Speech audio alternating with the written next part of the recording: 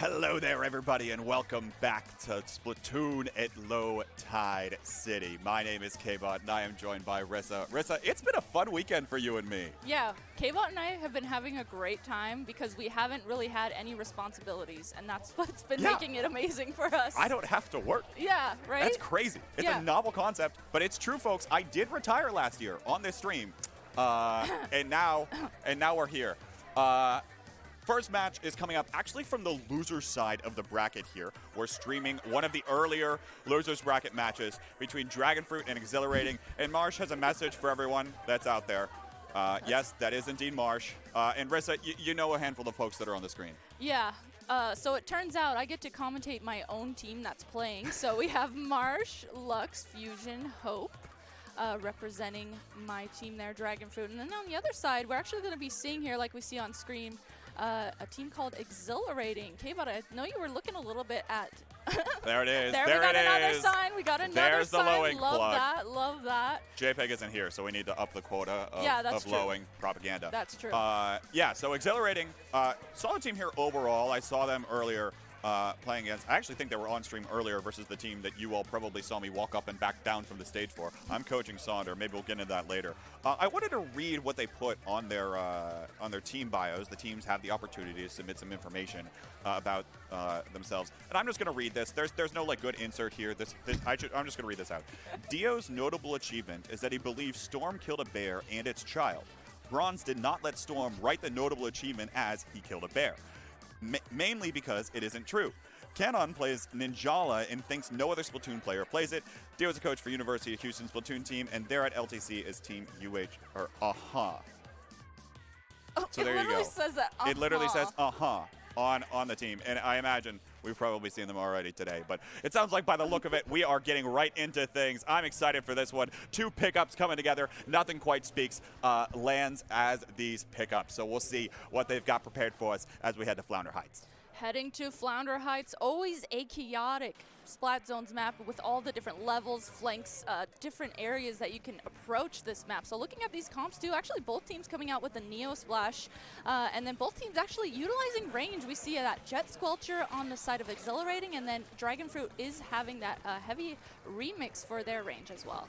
The double machine composition of Exhilarating I find a little interesting here, and it's really going to make Marsh's job on that Wiper that much more difficult. Normally you think of Wiper as this weapon that's going to be able to range things away, but it can't range away that machine, which is at that same range for that firefight, and oftentimes the machine really enjoys that battle. So we'll see if these machines can actually start getting the ball rolling here for Exhilarating, who are looking to try to take the opponent's zone, but it's not going to happen this time around, Rissa. Not going to happen this time around as we see Lux and Hope here pushing up. They made sure that they secured their zone together and then pushed up together to secure the other team's zone. Now, unfortunately, Lux going down and now Fusion going down as well on that Tri-Slosher. This could be the moment that Exhilarated has needed to push up and take the zone, and it looks like that's exactly what they're going to do as they were able to take down 3 members of Dragonfruit. 2v1, Marsh jumps in, trying to rush in, trying to keep some level of presence for Dragonfruit, but it's not enough. They will take back control of the opponent's zone, but again, Exhilarating goes multiple members down. Now it's a delayed 3-down situation, and Dragonfruit is pushing right back in. Now you see Fusion try to overextend, but again, we're seeing a lot of these trades go back and forth, Rissa, and it's really slowing down the pace of the game overall. It really is. I was thinking the same exact thing. I was like, this is kind of stalling a little bit back and forth, and that's because we're seeing these constant trades happening on each side. So neither team can really set themselves up for a big momentous push. As we see one member go down on the side of Dragonfruit, Dragonfruit finally is now getting the zones taken back by Exhilarating, and it's just consistent, trades happening back and forth like we were talking about. A lot of chaos. It feels like there's members of each team on both sides of the map. Yeah. Really, both teams just trying to figure out their footing right now. It's very difficult to start building up firm control of a zone one way or the other as you are coming through here and starting to see some of those trades. But now finally an opportunity for Exhilarating as Dragonfruit was able to get taken out 3 down, and now we're starting to use these specials to push it even more. Watch how Exhilarating is going to start to move forward and get set up, because it'll be real telling of what the opportunities might be for Dragonfruit's engagement, which actually is coming out now. I really like that Dio on the machine there was trying to hit over that right ledge to put a stop to Lux trying to push up with that heavy. But with those tri-strikes coming out from Hope for Dragonfruit, that allowed Dragonfruit to start pushing up again. And you can see they're playing the slow game. They do have some specials ready, but they're trying to figure out how to push in and utilize those.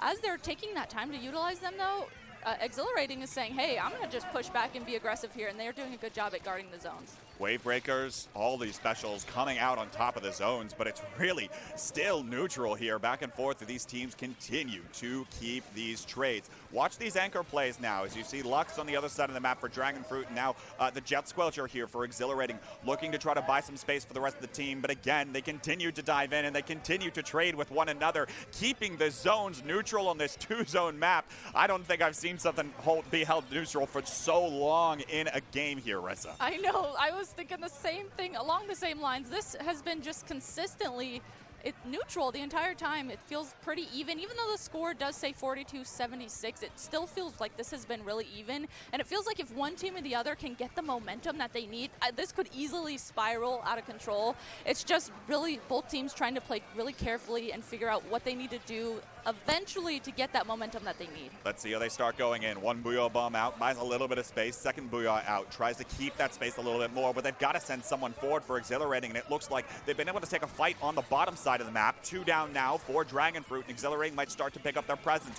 but now we see some of the members of Dragonfruit try to sneak in, try to find a trade here or there, but now one of those members does get taken out. Dio and Kenan are looking to continue to keep up the pressure on these machines, try to keep this opponent's zone, but they're not able to do it here, and it looks like Dragonfruit's come right back with a response. It's 2 down the other way.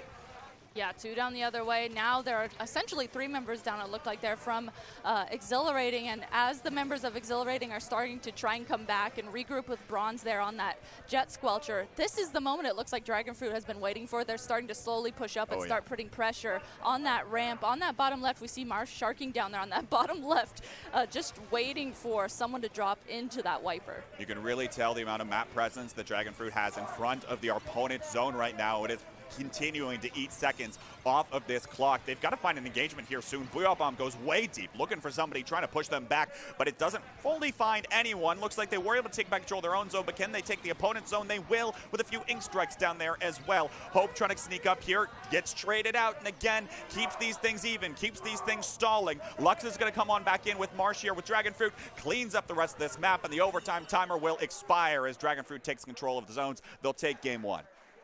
Ooh, right there at the end. You know, if that was my team, but even if I was not, you know, on that team, the way that Lux was able to just sit back and get jump-ins with that heavy splatling and just get the jump-ins for their team, hold it down. Not only did they hold that down, get the jump-ins, but they also got picks along with that and were able to start pushing forward with the members that jumped in. So that was super clutch. And that's the other thing we talk about, right? You talk about all of these trades that are happening, those anchor players suddenly become that much more important, right? Mm-hmm. As those anchor players stay a little bit further back and they're not forced to try to take some of those trades, overall, as things continue, you'll start to see those backline players, Lux on heavy, maybe Jet Squelcher here out of Exhilarating as well, start to pick up in their presence and their ability to continue to provide those jumps in, build up some more space, and push people around. What's going on? Marsh, Wiper players, give me your brain cell, please. Dear goodness. Yeah, bro has no brain cells, plays hero in Smash, and plays Wiper in Splatoon. I don't know about that. You want to know what's a funny fact? Marsh did start trying to play Tetra with the team, and then all of a sudden we saw the way that Marsh plays, and Marsh literally just dives in constantly. Even if there's 4 people there, he'll dive in. And we're like, you know what? Whoa. Okay, low ink. Okay, hang on. We've got IPL tournaments fighting against themselves. What?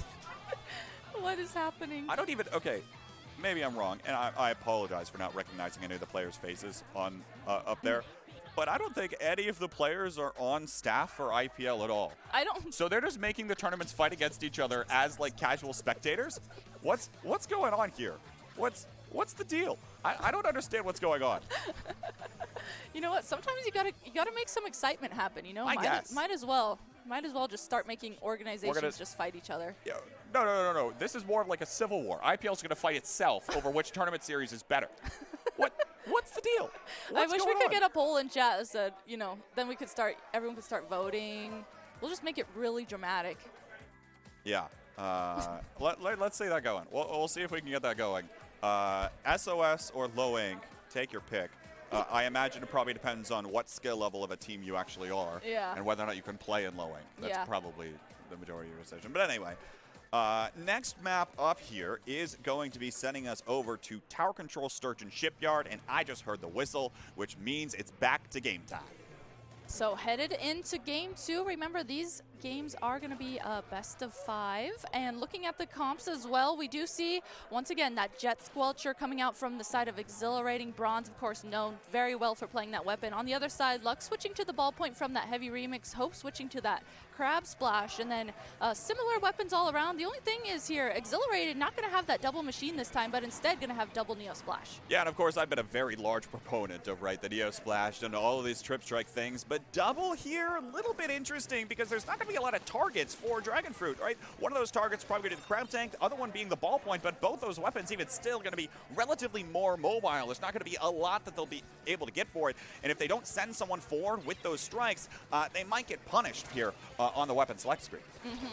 That's a good point. We're going to have to see what happens here as Dragonfruit actually is starting to get through this first checkpoint, but a Booyah Bomb coming out from Exhilarating and 2 members pushing through that Booyah Bomb is actually going to put a stop to that tower push from Dragonfruit. And now with 2 members down, this Inkjet left alone there, and the try coming through for Dragonfruit trying to put a stop to the momentum that Exhilarate is getting. Throughout all of this chaos, Exhilarating finally able to take the tower, stop the momentum that Dragonfruit started there, and now it's their turn to try and get through the first checkpoint. We're looking to see if they can set it up here, but already some specials coming out of Dragonfruit here. That Crab Tank already burned and is taken out here as well, and one set of strikes on the other side burned as well. But you see Marsh playing patiently. Here's the thing about the tower control on this map: play around that first checkpoint if you can prevent it, right? The fact that this checkpoint's still standing means that Marsh can just sit on these grates and continue to keep things at perfect an arm's distance away. And now perhaps the engagement comes out of the Inkjet here. Lux able to find one, the assist on another, and there's the complete wipeout as Dragonfruit's able to hold at that first check. Huge on this map. That patience that you highlighted was so important there. As long as they just sat back there, made sure they got their specials, kind of poked at the tower and just waited for their specials to come on, they were able to finally just put a stop to the tower push. And look at this. They're not only putting a stop to the tower push and pushing the tower themselves, they are pushed all the way into Exhilarating Street. Soda coming out here. Fusion is going to get taken out, but it looks like that Stamp was able to connect with Bronze there on the back lines. And all of a sudden, Dragonfruit is continuing to keep up momentum here. They're taking this one down to the knockout buzzer nearly. But Booyah Bomb comes out, but it's another 3-down situation as Lux looks like they were able to pick up just a few more. And that is the knockout. Dragonfruit now up 2-0.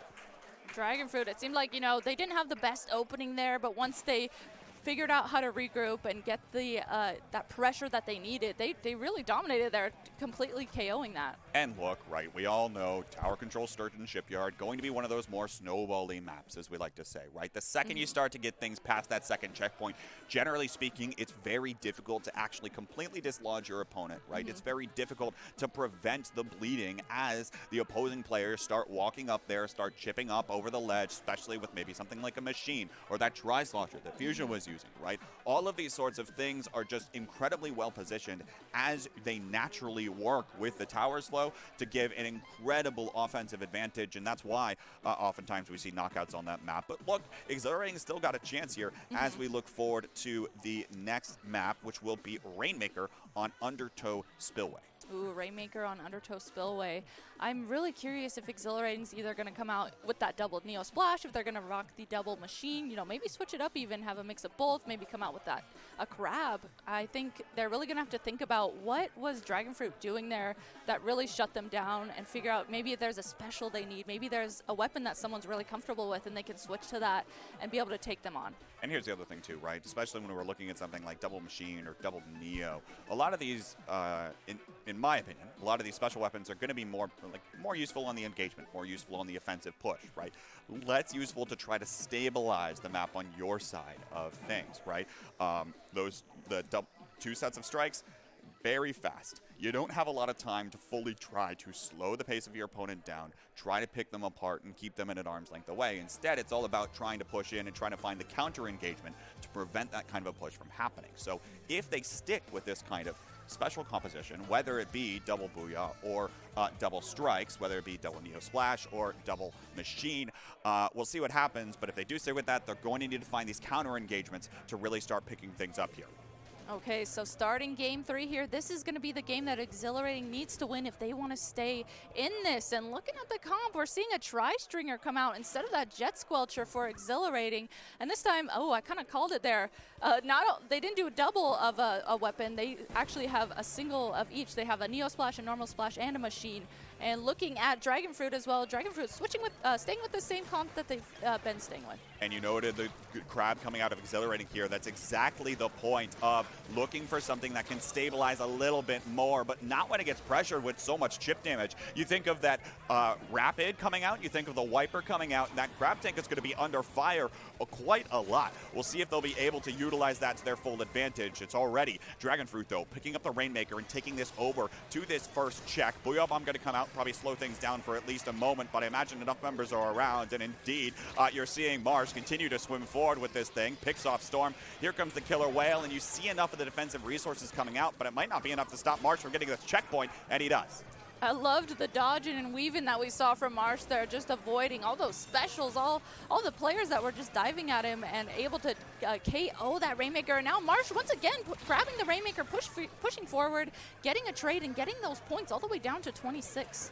Well done, and that's going to be, that'll be a difficult spot for them to pick back up the Rainmaker. But look, 26 this early in the game really changes how you start thinking about how you're going to play the game for the rest of this. You see Lux now trying to push up a little bit here with this ballpoint Splatling. Actually, it looks like enough confusion was caused here for a moment, and a few extra points get on the board for Dragonfruit. But even still, they know they don't need to fully find the engagement here, but it looks like they're going for it anyway. 2 Inkjets in the sky. That's not something out of your nightmares. I don't know what is. And already, this Rainmaker gets picked up again. There's the Crab Tank to continue to keep up the pressure, and Marsh once again gets this down to 12. They're looking to try to go for the pop for like a 4th time at this point. They will find the pop. Hope tries to grab the Rainmaker, tries to squid roll away, doesn't get it. Now it's down to 6 here for Dragonfruit.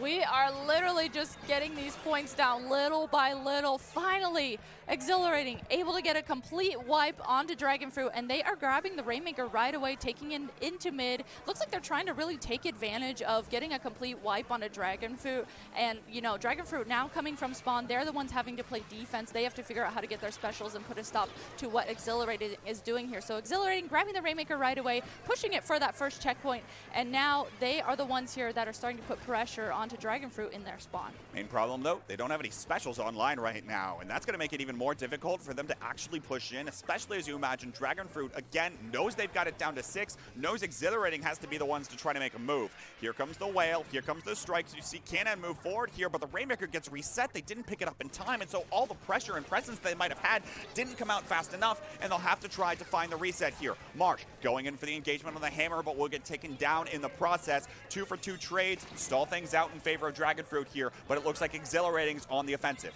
Exhilarating, finally doing a really good job at taking space and making sure that they're putting pressure onto Dragonfruit. This seems like exactly what they've been needing to do this whole time. And they now are the team that is completely pushed into Dragonfruit spawn and getting the picks onto Dragonfruit as they're just trying to regroup and get specials of their own for defense. Bronze carrying the Rainmaker, taking it through the Grates route this time as Storm is using a crowd there on the left to make sure that they're putting on pressure.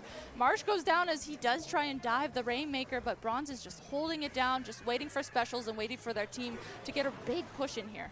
Gotta be careful here and have to make sure that they're not going to go right into an Inkjet. You notice he was waiting there for the Inkjet to despawn while he had the cover of behind this slick area. But now, here comes Marsh again, is able to find the direct with the Wiper and shut that one down on the opponent's Grates. Looks like just not enough space was able to be kept for so long. Exhilarating was doing such good time for so long, but now all of a sudden this is starting to collapse here as some of the members of Exhilarating are going down, forced to retreat as the members of Dragonfruit are continuing to build up some space. Now Exhilarating is the team that has the mid control, and they're trying to make sure that they hold the space. Rainmaker resetting, and with each team had one member down there. Now there's 2 members down on the side of Dragonfruit. Exhilarating, it seems like they've really got a shift in figuring out what they need to do against Dragonfruit. It just comes down to getting those points all the way down to 5. But whatever they're doing, they're definitely going in the right direction, as it seems that Dragonfruit has not been able to really get out of their spawn and get to mid like they need to. Both these teams got to be looking at their choices real nice here. We got 30 seconds left to play, and Exhilarating does have the opportunity. Here comes the strikes, though, but there's the Inkjet that comes out of Fusion. He gets taken down in the process, but now they've got to go back and try to pick up this Rainmaker. One of these members will start to rotate back, but who else is going to start to come back? Really try to push this Rainmaker, because, again, we need more specials again. We need to re-engage up here up top, and there's Cannon with that Booyah Bomb. Throws it back to the left side. Doesn't find anyone with it here, as the Master of Dragonfruit knows all they got to do is keep that area around their pedestal. Overtime. Stamp comes flying over the wall. That doesn't connect now. But again, Bronze is struggling here. Fusion tries to walk in with this one here. Gets a trade. There's Marsh, though, collapsing on the Rainmaker. And Dragonfruit will take this and stay alive in the tournament with a 3-0. Looks like the Wiper players were able to send Marsh the brain cells, as Marsh was able to flank completely around as the distractions from the rest of the members of Dragonfruit were coming around the left side. Marsh comes around the right side flank, puts a complete stop to that, and now Dragonfruit getting a 3-0 over Exhilarating and moving on forward through the losers bracket. And look, I mean, at the end of the day, right, you probably can't go back to that one game and be like, oh, well, you know, should have done a lot better, because it's difficult to push in overtime, right? That's one of the things that I always like to say, especially with the anxiety going, that overtime sirens blaring, you're going to probably end up making a questionable choice here or there, right? And when your opponents have so many defensive resources, especially on a map like Undertow, where they know that they can just keep that area around that slick, keep that area around those grates, and prevent you from walking up there at all, let alone get it down to 6, right, by your pedestal. If the opposing team knows that, they're going to be able to just take care of business there as things stand. So well done there to both teams here. Exhilarating, of course, able to make it this far in the bracket, but Dragonfruit will be the team advancing. Yes, so that was, you know, like you highlighted that beautifully. Both teams, you know, doing a really good job.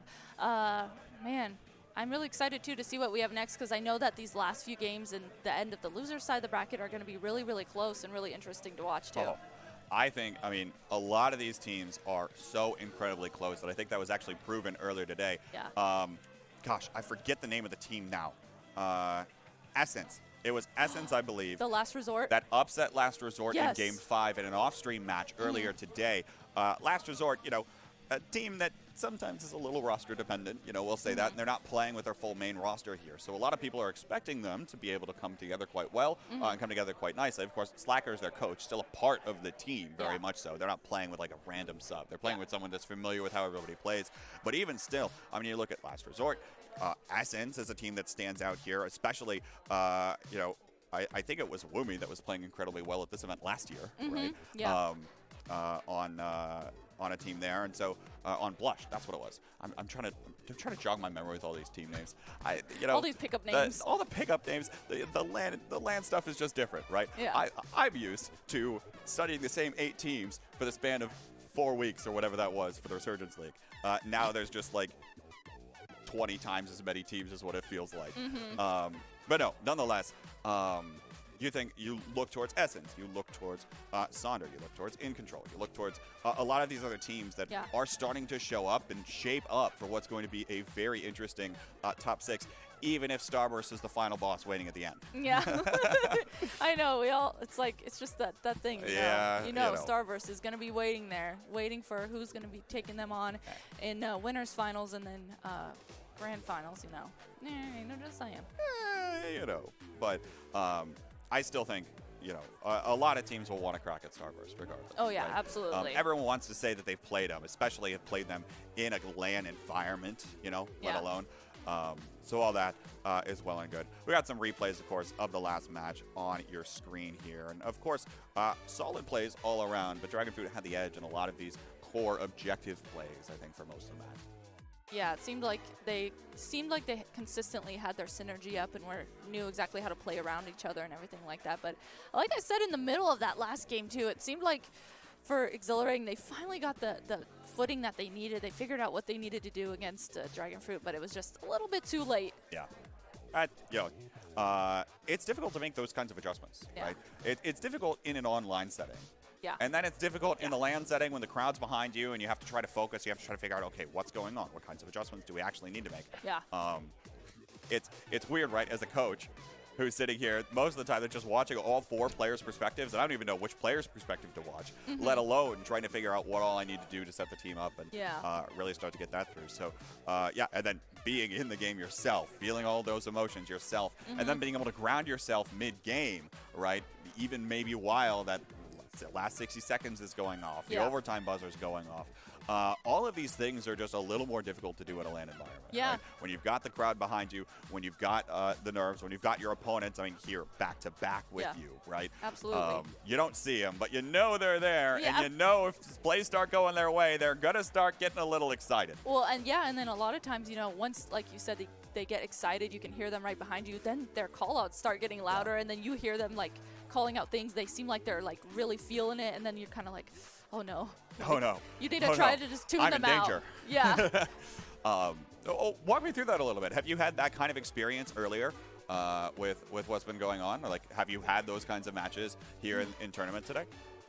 I have not today. I actually only played one set with my team because today I was maybe going to play a little bit more, but since it they're ending up in top 16, I had to come commentate. I wasn't able to play as much as I wanted to. But yesterday, they were playing against Espresso, I believe it was, and that was happening. The crowd was getting loud. The other team was getting loud, and I was kind of, honestly, I was kind of glad I wasn't up there because I was like, man, I'm just stressed out watching this. So yeah, tell me about it. Tell me about being stressed out watching things. Coach K-Bot over here. I haven't looked at Twitter. Popcode has probably a pretty good video of me doing the like football coach post. You got your hands on your knees, you're kneeled over here, you're like watching down, you're like, God, come on, what are they doing? What's going on? So that's been good. But in any event, folks, we are about ready to get underway with top 8 here, which means that we are going to throw over to the stage and Stu, the announcer, who's going to introduce our first few teams playing in top 8.